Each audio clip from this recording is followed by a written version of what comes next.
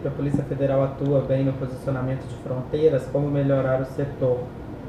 Essa relação aí A Polícia Federal é composta por, agora houve vários contratações e concursos, etc., mas eu não estou com o número atualizado, mas menos de 10 mil funcionários, certamente ainda menos de 10 mil policiais federais. É impossível cumprir todas as obrigações legais e constitucionais que pesam sobre os ombros da Polícia Federal. Impossível. Por isso ela não fiscaliza a segurança privada, que é uma área tão importante como eu dizia antes, por isso ela não vai dar conta também da questão das fronteiras. Mas eu acho que é uma ilusão nossa achar que o Brasil, um país continental, vai algum dia ter suas fronteiras fiscalizadas, por mais que nós desenvolvamos artifícios tecnológicos sofisticados e nos preocupemos com isso. A questão é interna. Se nós trabalharmos, por exemplo, o controle de armas, que é o nosso grande desafio da segurança pública do ponto de vista prático, se nós controlarmos as armas ilegais no país, e aí contando com a ajuda das Forças Armadas, particularmente do Exército, porque essa é a sua missão constitucional, se a Polícia Federal se articular bem, ainda não fez, com o Exército, com seus bancos de dados, com as suas intervenções especializadas, se as polícias estaduais estiverem articuladas, se o município participar, se a Polícia Rodoviária Federal for valorizada como deve, e se nós, obsessivamente como nação, resolvemos enfrentar esse grande desafio, acabar com as armas ou reduzir drasticamente a presença de armas ilegais no país, nós damos um salto de qualidade extraordinário. Tudo mais está em segundo plano se a vida é a grande questão, se a vida é a prioridade. A gente já está chegando aqui à reta final do nosso programa. Eu queria perguntar para o Rodrigo se tem mais alguns comentários que você queria colocar aqui para aumentar um pouco mais a presença dos nossos internautas aí. O Zé Márcio, ele volta numa questão: quais os planos em relação à aplicação de penas alternativas, tendo em vista o inchaço do sistema carcerário, como seriam essas penas alternativas e o Dias Lima, ele comenta que os esquecidos têm classe social e cor de pele, assim, bem definidas.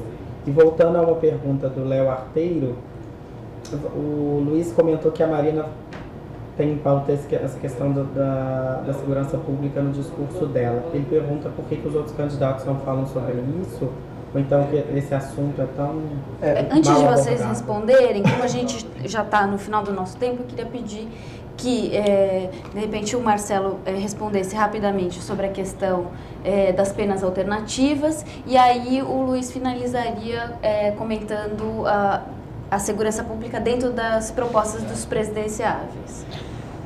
Eu acho que das penas alternativas, e mais do que elas, do desencarceramento de quem não tem que estar encarcerado e do encarceramento com adequação de quem já está encarcerado, a gente expôs bastante, né? Esse é um assunto que está na pauta do país há algum tempo. A verdade é que nós já aumentamos a execução de penas alternativas de forma gradual ao longo desses anos. Isso é um mérito da sociedade ao propor, do Executivo a implementar e do Judiciário ao aplicá-lo. Isso é uma batalha antiga, né? Acho que aqui agora ela é uma batalha antiga que avança, né, mas que não responde ao aumento brutal da quantidade de pessoas que estão sendo empurradas para os presídios. Então, acho que é uma batalha a ser renovada, a gente já colocou aqui. Eu queria dedicar o tempo final para uma observação, quer dizer, ao fazer na recapitulação, você mencionou o papel do governo federal, né, eu passo para o Luiz ponderar isso do lugar disso na agenda dos presidenciáveis, né, porque para além do repasse de recursos, que é algo que vem sendo incrementado, quer dizer, o Pronace gerou, né, uma alavancagem importante de recursos nessa área, e da fiscalização, que é algo que talvez precise ser feito de forma mais ativa e mais presente, quer dizer, tem um tensionamento com os estados, que o governo federal não pode se furtar a fazer,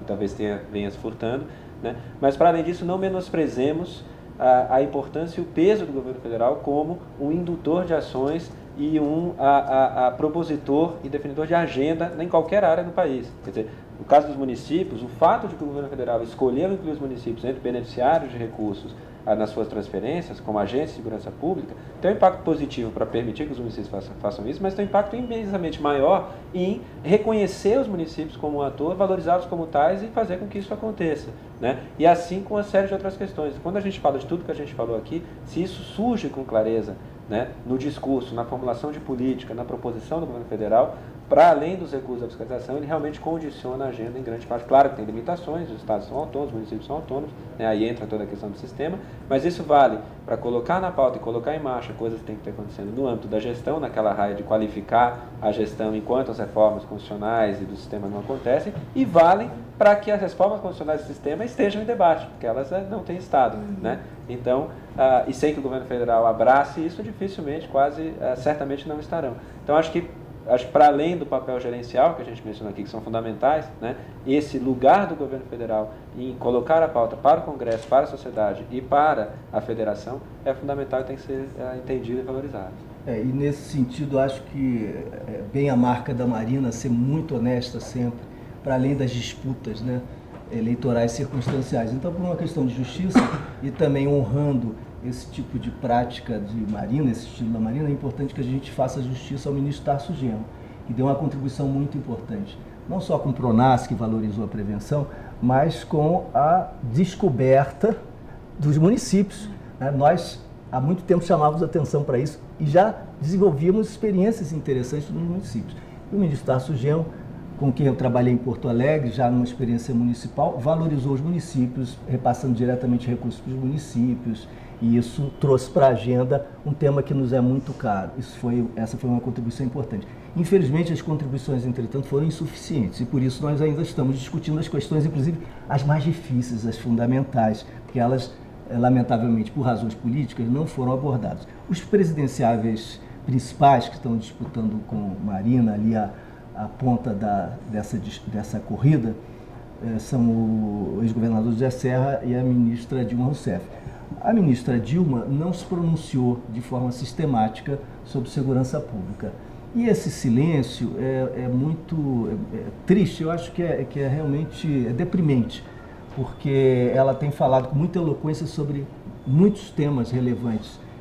E a respeito disso, ela repete algumas platitudes, algumas palavras de ordem genéricas e algumas abstrações, e sem dar a indicação de que esteja de fato engajada em algum processo de mudança nessa área. Eu acho que ela não conhece a área, não considera essa área relevante, provavelmente em função muito daquela perspectiva tradicional, segundo a qual segurança não é muito importante, ela é só consequência, o que importa é a economia, o resto não importa. O fato é que é muito deprimente esse silêncio.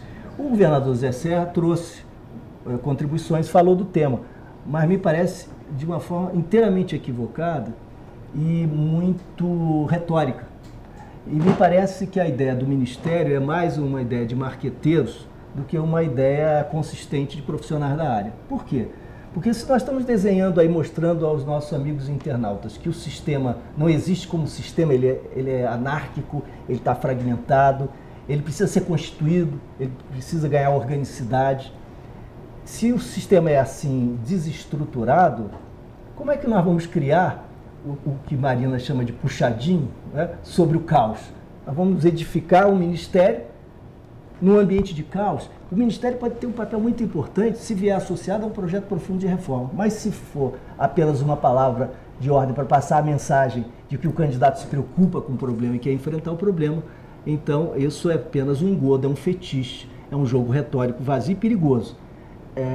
Até agora, nós ainda estamos esperando que os outros candidatos digam algo substantivo a respeito de segurança pública, só a Marina falou a respeito do tema. E agora, para terminar mesmo, tem uma consideração final aqui do nosso amigo. Sim, vou finalizar em 43 caracteres, que é um detalhe muito interessante que eu achei nas diretrizes de programas Marina, que assim, ao invés de estar segurança para todos e qualidade de vida, primeiro na diretriz aparece como qualidade de vida e segurança para todos, né? Então, um detalhe como se está atrelado um ao outro, em primeiro plano, vem a qualidade de vida, né? Que está intrinsecamente ligado. Somente esse detalhe de 43 caracteres que contribui. É uma coisa que às vezes a gente esquece, que a gente fica pensando só no bandido e no mocinho, e é uma coisa que a Marina fala muito, que nós estamos falando em vida, né? Em salvaguardar a vida das pessoas. Então eu acho que na nossa conversa aqui de 1 hora, que é pouco para um assunto tão extenso e em que é necessário muita discussão, nós conseguimos pelo menos colocar a importância do Estado, do governo federal principalmente, que é onde a Marina pretende atuar, dentro da segurança pública e esclarecer um pouco mais como funciona hoje o sistema penitenciário, de polícia. Então isso é uma introdução para quem ainda não entendia muito do assunto, mas dentro do site da Marina tem toda a diretriz de governo dela e as propostas mais detalhadas para a segurança pública. Então você pode acessar todo esse conteúdo no minhamarina.org.br e também pode continuar acompanhando aqui o Sala de Marina na próxima quinta-feira, às 5 horas da tarde. Muito obrigada pela sua audiência e participação. Até mais!